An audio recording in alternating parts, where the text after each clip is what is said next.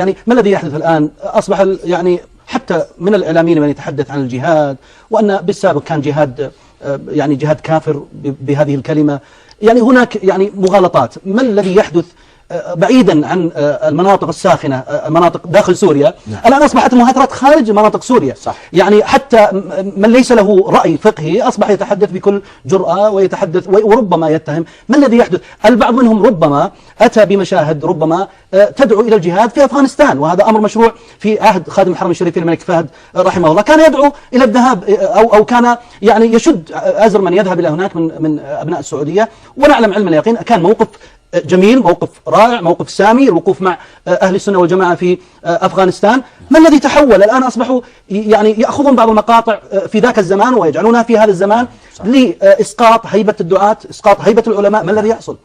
بسم الله الرحمن الرحيم. الحمد لله رب العالمين، وأصلي وأسلم على أشرف الأنبياء والمرسلين نبينا ورسولنا محمد وعلى آله وصحبه أجمعين. أما بعد، أنا الحقيقة أنطلق من كلام الشيخ عدنان. القضية يا شيخ هي حرب على أهل السنة والجماعة، ولا يشترك فيها الإيرانيون فقط أو الروافض بشكل عام، سواء في العراق أو في لبنان أو في سوريا أو إيران. القضية أصبحت أبعد من هذا، هي حرب على كل ما هو سني، ويشترك في ذلك غلاة الصوفية، ويشترك في ذلك غلاة العلمانيين. الآن نأتي إلى هذه القناة التي استضافت مجموعة يصفون أنفسهم بأنهم مشايخ، سمعناهم البارحة، كانوا ضيوفا، وهؤلاء استضافهم المذيع وأتى بكلام لبعض المشايخ أيام أفغانستان كما ذكرتم أنتم، وبعضهم كلام لهم عندما كان أحدهم في مصر وكان هناك مؤتمر للجهاد. هذه الأمور أنا عندي أن المقصود من هذا هو أن القضية السورية الآن على وشك أن تجري عليها مؤامرة في جنيف، وهناك قنوات عربية تشترك عندي أنا في هذه المؤامرة. فلا بد أولا أنهم يريدون شق الصف الداخلي في المملكة هنا، يعني شعب المملكة العربية السعودية بدعاته وبمشائخه هم مع ولاة الأمر، ولا يخالفون ولاة الأمر مطلقا، ومن خالف منهم ولاة الأمر فنحن ننكر عليه، لأن الجهاد عندنا لابد أن يكون بإذن من صريح من ولي الأمر وإذن من الوالدين. هذه من شروط الجهاد الذي هو فرض كفاية، يعني جهاد الدفع. وأيضا نحن الآن نرى أنه إذا أراد إخواننا أو أبناؤنا أن يذهبوا إلى سورية أو إلى أي مكان فيه جهاد لابد من إذن ولي الأمر وطاعة الوالدين إلى آخره من الشروط. هذا الأمر هم لا يريدون هذا يا شيخ، ويأتون يستجرون الكلام القديم. والغريب أنه استضاف ثلاثة من يسمون أنفسهم مشائخ، وهؤلاء الثلاثة يعني إذا تأذن لي بذكر أسمائهم، لأني أنا ما عندي مشكلة في ذكر الأسماء.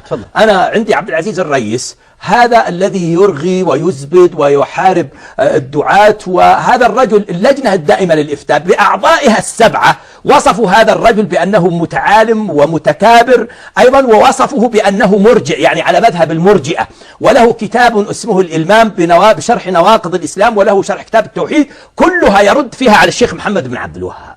يعني هذا الرجل يرد على الشيخ محمد بن عبد الوهاب، لأن من هم المرجئة؟ هم الذين يقولون يكفي أنك تؤمن، أنك تشهد أن لا إله إلا الله وأن محمد رسول الله ولا تعمل أي عمل. ولذلك هو يلتمس التبريرات لبعض الكتاب الذي بعضهم قال إن الله والشيطان وجهان لعملة واحدة، يقول إنهم لا يقصدون ويتلمس لهم الأعذار، بينما لا يتلمس للعلماء أي عذر. هذا الرجل أيضا قال عنه الشيخ الفاضل وكان زميلي في الجامعة الإسلامية الشيخ عبد الله بن عبد الرحمن الجربوع، قال عنه إنه متعالم وإنه مرجئ. والضيف الثاني حمد بن عبد العزيز العتيق، هذا الذي لما قال عن يعني وهم تلاميذ عبد العزيز الرئيس بالمناسبة، هذا الرجل لما قال لما قتل بن لادن قال إن نساءه سبايا ويجب أن نأتي بنسائه سبايا لنا. رد عليه الشيخ صالح الفوزان وقال هذا متعالم ومتكابر أيضا، وهذا ما معناه أنه يكفر بن لادن. نحن نخطئ بن لادن ونخطئ، لكن لا نكفر الرجل. معناه أنه إذا أصبح نساء بن لادن سبايا أليس بن لادن يعتبر كافر بهذا؟ إذن هو يكفر. ما فرقه عن القاعدة؟ لا فرق بينه وبين القاعدة. حتى أن الشيخ عبد الله بن عبد الرحمن الجربوع أيضا قال في شريط مشهور له عن هذا الرجل أن هذا الرجل مرجع، وأنه اتبع الرجل المرجع الآخر وهو عبد العزيز الريس. معهما شخص ثالث خرج البارحة ولا يقل عنهما سوءا، واسمه بندر المحياني العتيبي. أيضا هذا الرجل كذب على شيخنا الشيخ عبد العزيز بن باز، وقال أن الشيخ عبد العزيز بن باز يقول أن إنسانا لو لبس الصليب سواء مجاملة أو سواء لبسه لأي سبب من الأسباب أن ذلك لا يؤثر عليه ولا يؤثر في دينه. والشيخ بن باز قد رد عليه وقال إن هذا الشريط مكذوب، وعندي أنا رقم الشريط ورقم كلام الشيخ بن باز رحمه الله على هذا، ورقم الفتوى اللجنة الدائمة. وهذا الرجل يكذب على الشيخ بن باز ويكذب على طبعا عبد العزيز الرئيس اتصلنا عليه فرفض بوجودك. طبعا بما أنك موجود هو يرفض أساسا أن يأتي أو حتى أن يتدخل هاتفيا. لكن شيخنا يعني لماذا ظهروا هذا الوقت بالذات بكلمتين؟